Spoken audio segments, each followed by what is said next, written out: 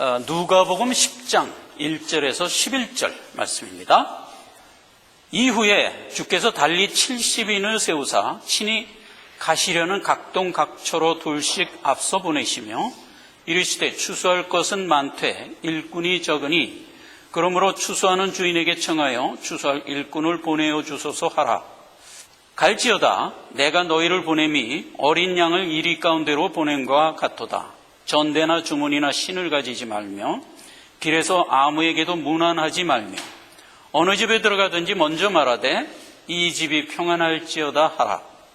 만일 평안을 받을 사람이 거기 있으면 너희 빈 평안이 그에게로 머물 것이요 그렇지 않으면 너희에게로 돌아오리라. 그 집에 유하여 주는 것을 먹고 마시라. 일꾼이 그 싹을 얻는 것이 마땅하니라. 이 집에서 저 집으로 옮기지 말라. 어느 동네에 들어가든지 너희를 영접하거든 너희 앞에 차려놓은 것을 먹고 거기 있는 병자들을 고치고 또 말하기를 하나님의 나라가 너희에게 가까이 왔다 하라. 10절 어느 동네에 들어가든지 너희를 영접지 아니하거든 그 거리로 나와서 말하되 너희 동네에서 우리 발에 묻은 먼지도 너희에게 떨어버리노라. 그러나 하나님의 나라가 가까운 줄 알라 하라. 아멘. 추수할 일꾼이라는 제목으로 오늘 말씀의 은혜를 받고자 합니다. 지금 우리가 복음서를 살펴보는 가운데 상당히 후반전에 와 있습니다. AD 27년이죠. 그때 이제 예수 그리스도가 공생애를 처음 시작해서 1년간 초기 유대 사역을 하셨어요. 그리고 이제 1년이 지난 후에 갈릴리로 가서 계속 갈릴리 사역을 1차, 2차, 3차를 했습니다. 그리고 오늘 이 본문 말씀에는 유대로 다시 온 상황입니다. 그러니까 후기 유대 사역을 하러 유대로 왔습니다. 유대로 와서 누가복음에만 기록되어 있는 장면 하나를 우리가 만나게 되는 겁니다. 즉 70인을 모아서 전도파송을 보냈어요. 지금 이 70인 전도파송 말고 한 번 더 있었습니다. 언제 있었냐면 누가복음 9장 1절에 보면 3차 갈릴리 사역을 시작할 때 12제자를 전도파송 한 번 했습니다. 그리고 유대 사역을 하면서 70인 전도파송을 또 하는 겁니다. 12제자를 보냈던 그때에 하셨던 오리엔테이션 내용이나 지금 70인을 보내면서 오늘 읽은 본문 말씀에서 주셨던 내용이 동일해요. 12제자 보낼 때 그 상황을 잠시 살펴보겠습니다. 누가복음 9장 1절이합니다. 예수께서 12제자를 불러 모으사 모든 귀신을 제어하며 병 고치는 능력과 권세를 주셨다 그랬어요. 하나님의 나라를 전파하며 앓는 자를 고치게 하려고 내어보냈다. 이르시되 여행을 위하여 아무것도 가지지 말라. 지팡이나 주머니나 양식이나 돈이나 두 벌 옷 이런 거 가지지 말라. 어느 집에 들어가든지 거기서 유하라. 만약 너희가 전한 말을 듣지 않거든 너희 발의 먼지를 털어버려 증거를 삼으라. 이렇게 됐던 얘기입니다. 지금 오늘 70인 파송 때도 똑같습니다. 2절 이하에 보니까 파송을 하면서 예수님이 무슨 말을 했냐면 내가 너희를 보내는 것이 이리 가운데 양을 보낸 것 같다. 이렇게 얘기를 했어요. 그러니까 지금 이들이 가는 곳이 어디예요? 세상이란 말이에요. 그런데 세상이 예수님이 볼 때는 이리 밭이라는 겁니다. 그 다음에 가서 증거를 할 때 앓는 자를 고치라는 겁니다. 자, 이 앓는 자를 고치라 하는 말이 무슨 말이 되겠습니까? 병을 고치라 하는 겁니다. 근데 예수 그리스도께서 공생애를 하면서 자기 백성들에게 표적을 행사할 때 항상 병을 고쳤죠. 그런데 제자들에게도 그 표적의 능을 줘서 그러면서 이제 앓는 자를 고치라 했던 거거든요. 근데 그 표적은 근본적으로 뭐라? 내 백성들에게 보이는 8가지 병, 그걸 가서 고치려는 겁니다. 예수님도 산상수훈에서 8가지 앓는 증상을 얘기한 거였죠. 그게 뭐였죠? 심령이 가난한 자, 애통한 자, 온유한 자, 의에 줄이고 목마른 자, 긍휼한 자, 마음이 청결한 자, 화평케 하는 자, 그다음에 의 때문에 핍박받는 자, 이런 증상을 보이는 자들이 어떻다는 거예요? 복이 있다는 겁니다. 왜냐? 그들이 자기가 가지고 있는 증상에 대한 답을 얻을 것이기 때문에. 이렇게 된 게 팔복이었잖아요. 그런데 지금 제자에게 뭘 명하는 거예요? 그 앓는 자들에게 가서 답을 줘라, 이 얘기. 자, 그리고 어느 집에 들어가든지 거기 유하라, 이런 얘기를 했어요. 이제 오늘날 우리가 만약 전도파송을 한다 그러면 이런 상황이 되겠습니까? 굉장히 어렵습니다. 오늘날은. 저는 고등학교 1학년 때 무전여행을 한번 해봤습니다. 그런데 그때만 해도 지금하고 세월이 많이 틀려서 낯선 지방에 이렇게 가면 사람들이 우리를 굉장히 호기심 있게 접근을 합니다. 안녕하세요. 그러면 아이고 어디서 오셨어요? 이러면서 막 반가워하거든요. 혹시 식사했습니까? 하고 반드시 묻게 돼 있어요. 그러면 아직 밥은 못 먹었습니다 하면 밥을 주고 그랬어요. 그러던 때가 지금으로부터 한 50년 전이 그렇던 세월이에요. 지금 어림도 없습니다. 어디 가면 뭐 아무도 관심 갖는 사람이 없고 우리가 인사하면 이 사람 혹시 사기꾼 아닌가 이렇게 보죠. 자, 그런데 복음 들고 나가서 증거하라. 그런데 혹시 그 복음을 받아들이는 집이 있으면 그 집에 들어가서 유하래요. 그래서 이제 이 얘기는 전도 파송 자체가 표적이에요. 이게 어떤 원리를 우리에게 얘기해 주는 거거든요. 예수 그리스도의 복음이 증거됐을 때 그것을 우리가 영접을 하면 거기서 구원이 이루어지는 거 아니에요? 그의 아들이 되는 권세가 주어지는 겁니다. 하나님과 예수님이 그에게 들어가서 거처를 그에게 삼는 거예요. 이 얘기를 하는 겁니다. 요한복음 14장 23절입니다. 사람이 나를 사랑하면 내 말을 지키리니 내 아버지께서 저를 사랑할 것이요 우리가 저에게 와서 거처를 저와 함께 하리라. 이건 영적 원칙입니다. 그래서 믿는 자가 되는 것이고 그때서부터 우리는 하나님의 자녀가 되는 권세가 주어지는 겁니다. 고린도전서 6장 19절에 보면 이렇게 기록되어 있어요. 너희 몸은 하나님께로 받은 바 너희 가운데 계신 성령의 전인 줄 알지 못하느냐? 그러니까 만약 누구에게 복음을 증거했는데 그 복음을 영접하거든 그 집에 가서 유하라 하는 것은 이 영적 원리에 대한 그림을 그려주는 겁니다. 그래서 이제 오늘 이 말씀 맨 마지막에 결론을 보면 이렇게 되어 있어요.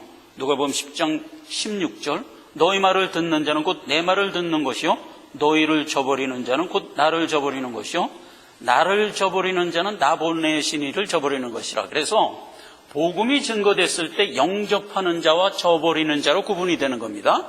그랬을 때 저버리는 자는 예수와 하나님을 저버리는 것이다.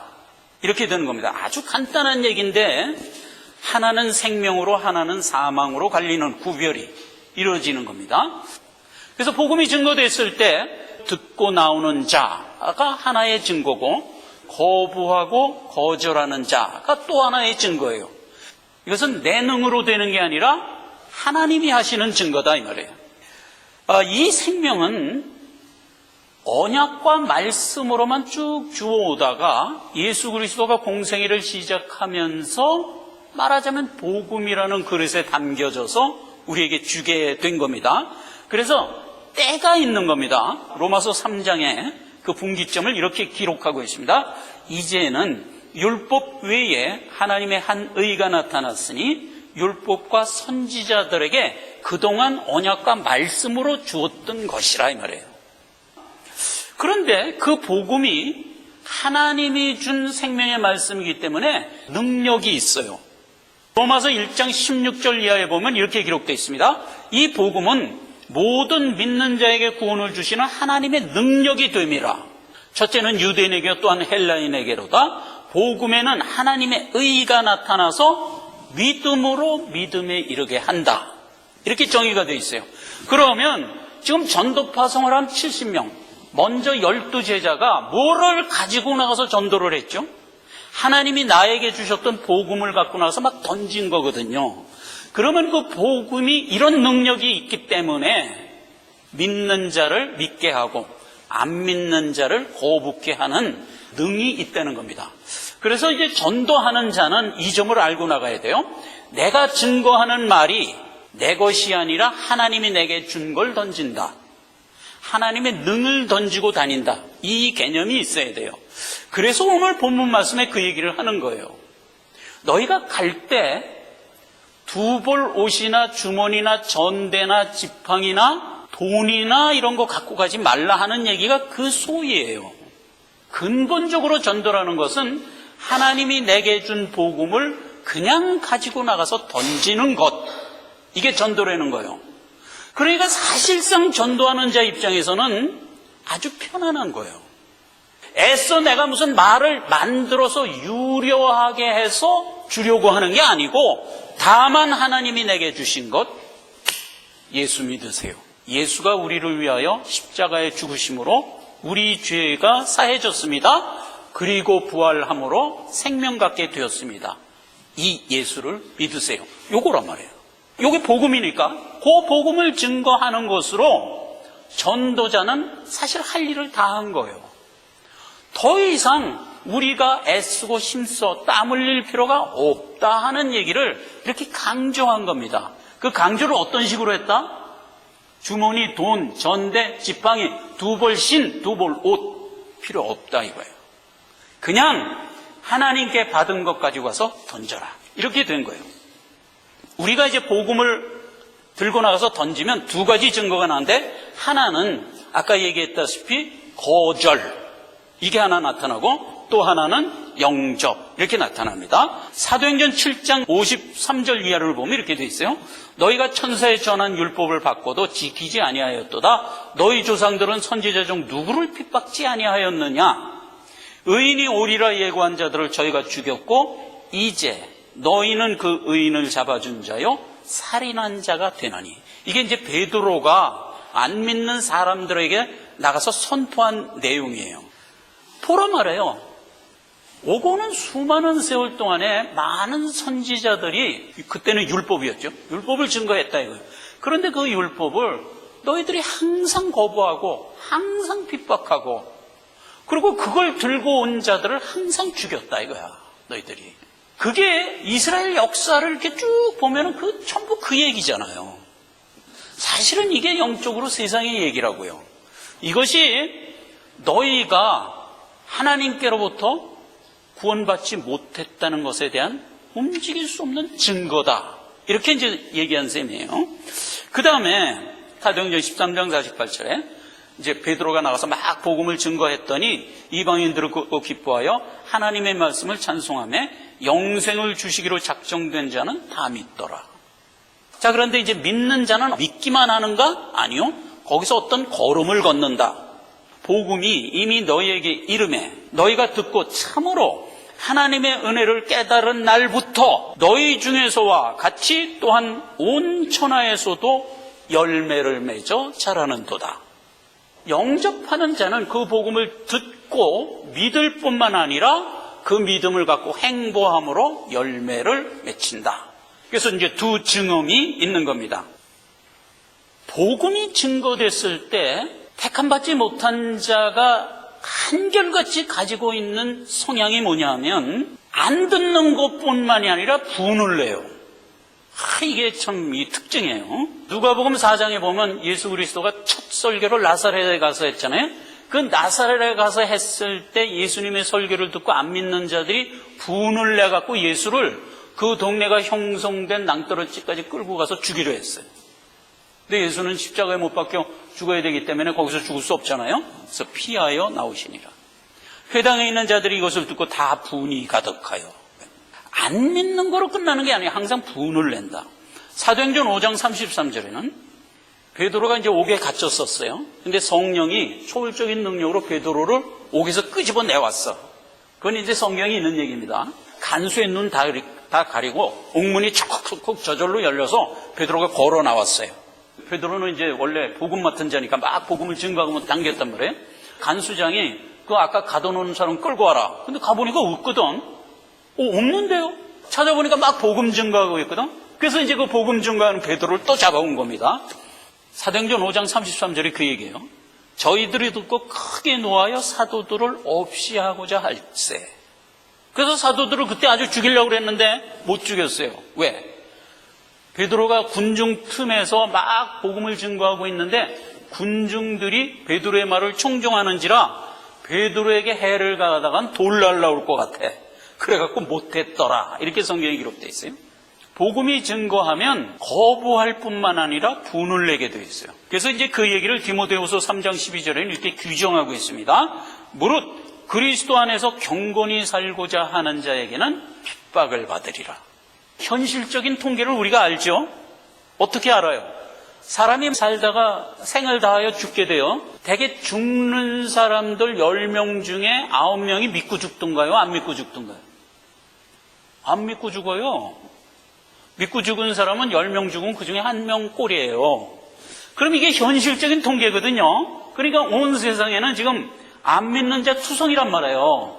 그런데 그 안 믿는 자 투성이에 가서 복음을 증거하면 무슨 꼴이 돼요? 이리밭에 가서 복음 증거하는 양 꼴이 되잖아요. 그래서 예수님이 그렇게 얘기한 거예요. 내가 너희를 보내지만 너희를 마치 이리 가운데 양을 보낸 것과 같도다. 왜? 나가서 복음을 증거하면 핍박이 올 것이 너무나 자명하기 때문에 예수님이 그렇게 얘기한 거예요. 자, 그런데 예수님은 복음 증거하는 자를 보호하지요. 비록 세상이 그렇게 분내어 우리에게 어필할지라도 항상 사도들은 겁 안 내고 복음을 증거했어요. 그리고 항상 예수님의 초월적인 능력으로 보호받으며 그 일을 했어요. 우리도 항상 하나님의 은혜를 생각하면서 이 사명을 감당해야 됩니다. 그게 곧 성령의 능력입니다.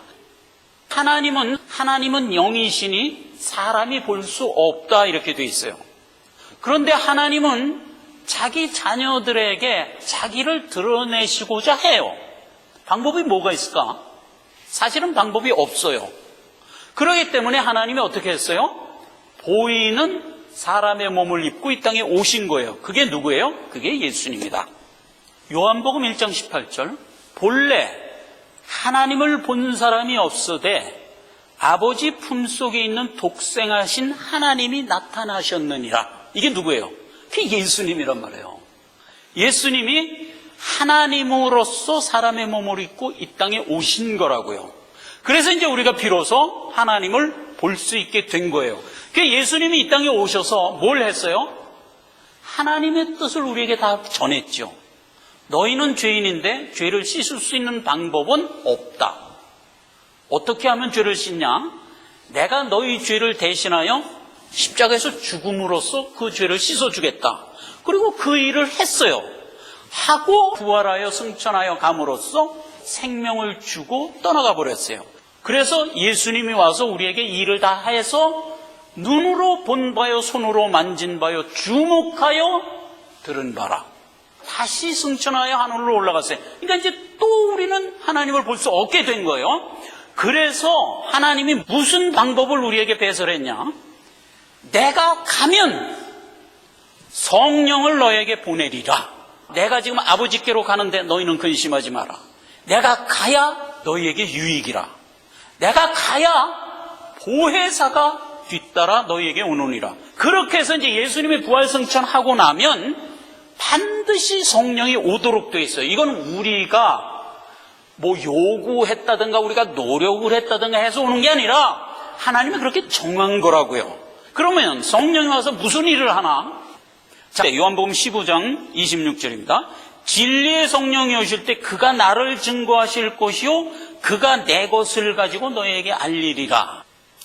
십자가 대속으로 우리 죄를 사하시고 생명 주어 부활하신 것, 이게 예수의 하신 일이잖아요.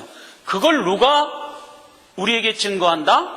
오시는 성령이 우리에게 증거하여 깨닫게 한다고요. 이게 이제 성령이 하는 일이고, 그게 복음에 담겨져서 우리에게 선포할 때 그 복음을 받는 믿는 자들이 성령의 능력으로 깨달아 아멘하여 나오게 한다 이 말이에요. 그래서 하나님의 능이 되는 거예요. 그게 성령사역이에요. 구약에 성령이 도대체 어떤 분인가 하는 것을 설명한 구절이 있어요. 구약에는 모형이 있죠. 그래서 이제 구약의 모형을 들어가 보면 우리가 가지고 있는 영적 원리를 명쾌하게 이해할 수 있도록 해놓은 거예요. 출애굽기 30장 23절에 이해합니다. 너는 상등 향품을 취하되 액체 모략 500세겔과 그 반수의 향기로운 육개 250세겔과 향기로운 창포 250세겔과 계피 500세겔을 성소의 세겔도로 하고 감람 기름 한 흰을 취하여 거룩한 관유를 만들라. 이렇게 된 거예요. 그런데 이제 이 관유는 거룩하고 그 관유가 닿는 것마다 거룩하여질지라. 이렇게 된 거예요. 그리고 이제 맨 마지막에 무슨 단서가 붙냐? 이와 같은 관유는 사람에게 붙지 말고 사람이 이 관유 만드는 방법대로 만들려고 시도하지 말라. 만약 그렇게 하는 자는 끊쳐지리라. 뭐예요? 성경에서 끊쳐지리라가 뭐예요? 죽이리라. 이렇게 된 얘기예요. 뭐 성경에 이런 얘기가 다 있나? 이게 보통 우리가 이제 이렇게 생각한단 말이에요. 아니 뭐 관유 만드는 법 같은 걸 뭐 기록했냐? 관유 그러면 뭐예요? 관유, 기름, 이 성령이에요. 예수 그리스도를 묘사할 때 뭐라고 그랬어요? 성령을 한량없이 받은 자, 이렇게 묘사를 했어요. 예수는 그리스도예요. 그럼 그리스도가 무슨 뜻이에요? 기름 부음을 받은 자라는 뜻이잖아요. 즉 성령이 한량없이 임하여 함께하는 자, 이런 뜻이에요. 그게 이 땅에 오신 예수에 대한 묘사예요.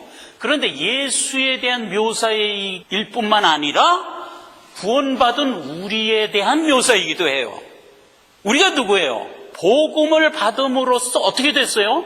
성령이 나에게 와서 거하는 자, 즉 기름 부음을 받은 자란 말이에요. 우리가. 그런데 이제 그 우리에 대한 얘기를 예수님이 몸을 입고 이 땅에 오면서 그려 보여준 거지. 자, 그래서 관유 그러면 성령이에요. 그런데 여기 보세요. 관유가 되어 있는 구성 성분에 대한 아주 자세한 기록이 되어 있어요. 관유를 뭐로 만들어요? 여기 봐요. 모략, 육개, 창포, 계피로 만든다고요. 자, 그러면 이 모략이 뭐냐? 모략이라는 것은 원어 그대로 쓴 겁니다. 몰이라는 히브리어예요. 몰. 이게 뭐예요? 쓰다, 괴롭힘을 당하다, 이런 뜻이에요. 뭘까요? 모략이 십자가 대속이잖아요. 그래서 이제 예수님 이 땅에 태어날 때 동방박사가 와서 뭐 선물했어요? 모략 선물했잖아요. 그러니까 예수님이 하신 일, 예수님을 상징하는 것, 그러면 제일 먼저 떠오르는 게 뭐예요? 모략이란 말이에요. 모략. 예수님의 십자가 대속.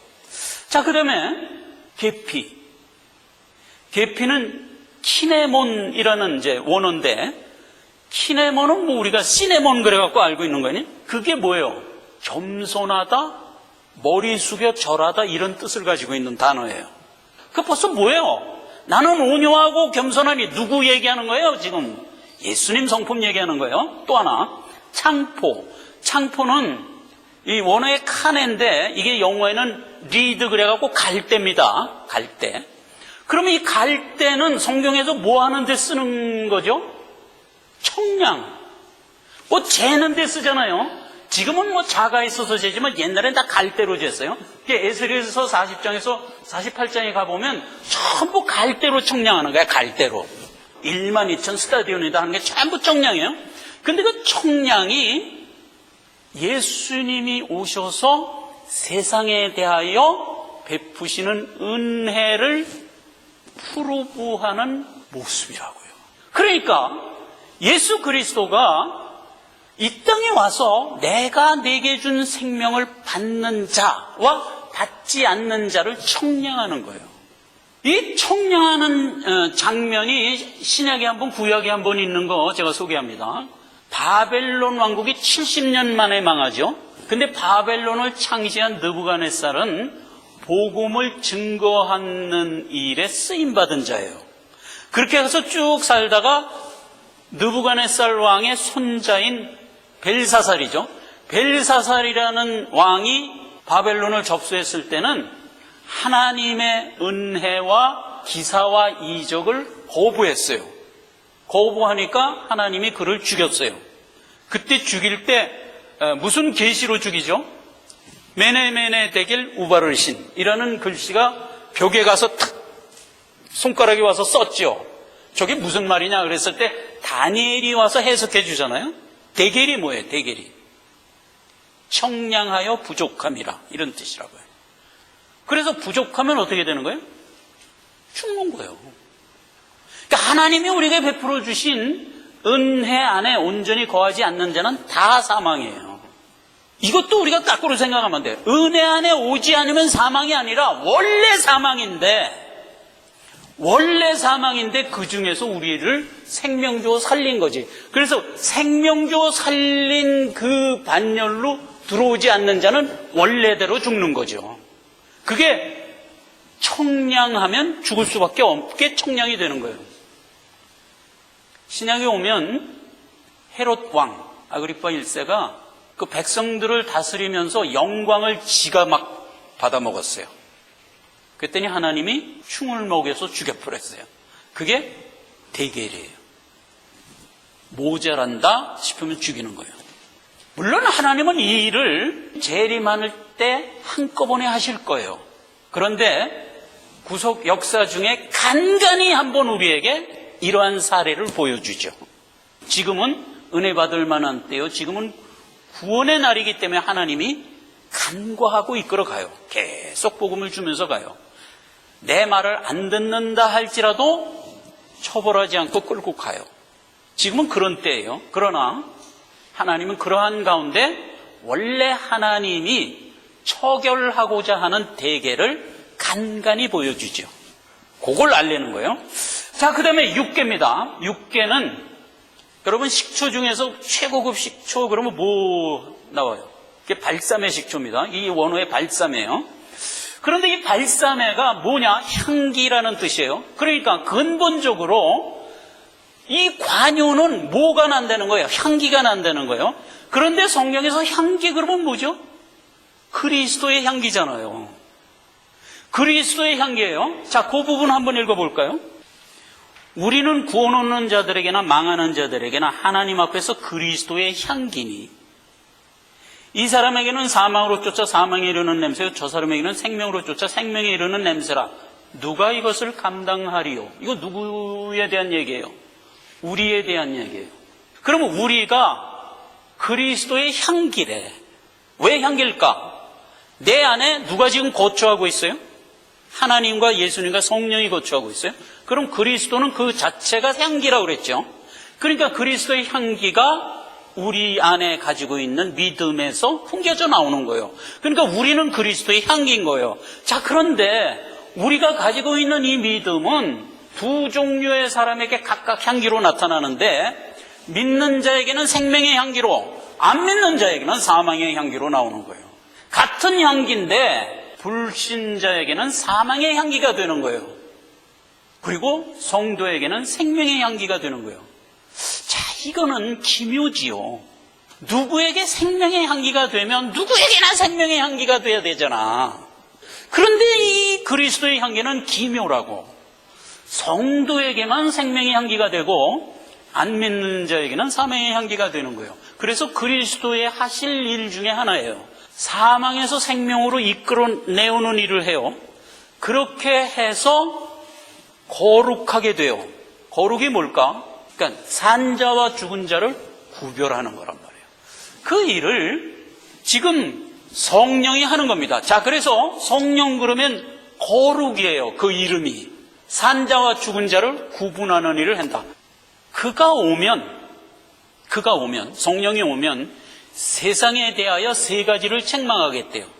죄에 대하여, 의에 대하여, 심판에 대하여 세상을 책망하시리라. 그러면 이 세 가지가 뭐예요? 그리스도의 하신 이 책망이라는 것은 입증을 하는 거예요. 입증을. 그러니까 성령이 와서 의에 대하여, 죄에 대하여, 심판에 대하여 세상에서 입증을 하는 거예요. 그건 세상을 향한 얘기이지만 믿음 가지고는 우리 안에 들어와서도 동일한 일을 해요. 우리 안에 들어와서 내 안에 있던 더러운 것들이 드러나게 해요. 그래서 성령 받은 자는 내 안에 있는 더러운 것들이 드러남으로 인식을 하게 만들어요. 그리고 내 안에 있는 생명을 더 풍성케 해요. 그래서 관유라는 말 자체가 살찌우다, 풍성케 하다 이런 뜻이에요. 그러니까 성령 자체는 와서 생명을 주되 더욱 풍성히 주는 거예요. 소성이라고요. 소성. 가진 바를 더 풍성하고 더 살찌우는 일, 이게 소성이란 말이에요. 그래서 내 안에 있는 더러운 것은 드러나서 나로 하여금 버리게 하고 생명은 소성케 하는 그 일을 해요. 그게 성령이 와서 내 안에서 하는 일인데, 이것은 개인적으로 보면 나에게 와서 하는 거룩한 일이고, 구별한다, 거룩한 일이고, 세상적으로 가도 마찬가지예요. 믿는 자를 믿게 하고 안 믿는 자를 분을 내게 하고 대적하게 하고, 이렇게 한단 말이에요. 그 목적이 뭐라? 그렇게 구별만 하냐? 아니, 구별하여 자라게 한다고요. 그래서 이제 우리로 행보를 하게 하는 거예요. 믿음 생활. 그런데 그거를 성경의 용어로 옷이라고 해요. 옷. 그 옷이 뭐냐? 믿음, 생명의 법을 갖고 행보하는 것을 옷이라고 그래요. 나중에 이제 예수님이 비유 때도 얘기했어요. 천국에 딱 들어갔어. 근데 사람들이 막 왔는데, 청함을 받고 이제 잔치에 왔는데, 야, 쟤네들은 왜 옷 안 입었냐? 왜 예복 안 입었냐? 끌어내라. 바깥 어두운 데 나가 슬피 울며 이를 갈미 있으리라. 그래요. 믿음을 가진 자가 성화의 생활을 하지 않은 채 하늘나라에 올 수 없어요. 옷을 입어야 오는 거예요. 그게 행보를 해야 오는 거예요. 이 얘기는 창세기 벽두부터 우리에게 줬었죠. 아담과 하와가 죄를 짓자 무화과 나무 잎으로 옷을 해보세요. 여호와 하나님이 보니까 한심하거든. 야, 이놈아, 그거 갖고는 안 돼. 벗겨버리고 가죽옷을 지어 입혔어요. 가죽옷이 뭐예요? 그러니까 어린 양이 죽은 게 가죽옷이잖아요. 그럼 그 가죽옷이 가지고 있는 의미가 뭐예요? 십자가 대속이잖아요. 십자가 대속. 그러니까 예수가 십자가 대속으로 죽은 그 은혜를 믿음으로 갖고 있는 자가 우리가 입은 가죽옷이란 말이에요.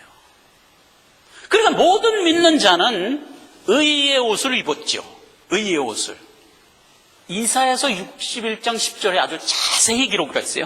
내가 여호와로 인하여 크게 기뻐하며 내 영혼이 나의 하나님으로 인하여 즐거워하리니 이는 그가 구원의 옷으로 내게 입히시며 의의 겉옷으로 내게 더하심이 신랑이 사모를 쓰며 신부가 자기 보물로 단장함 갖게 하였음이라.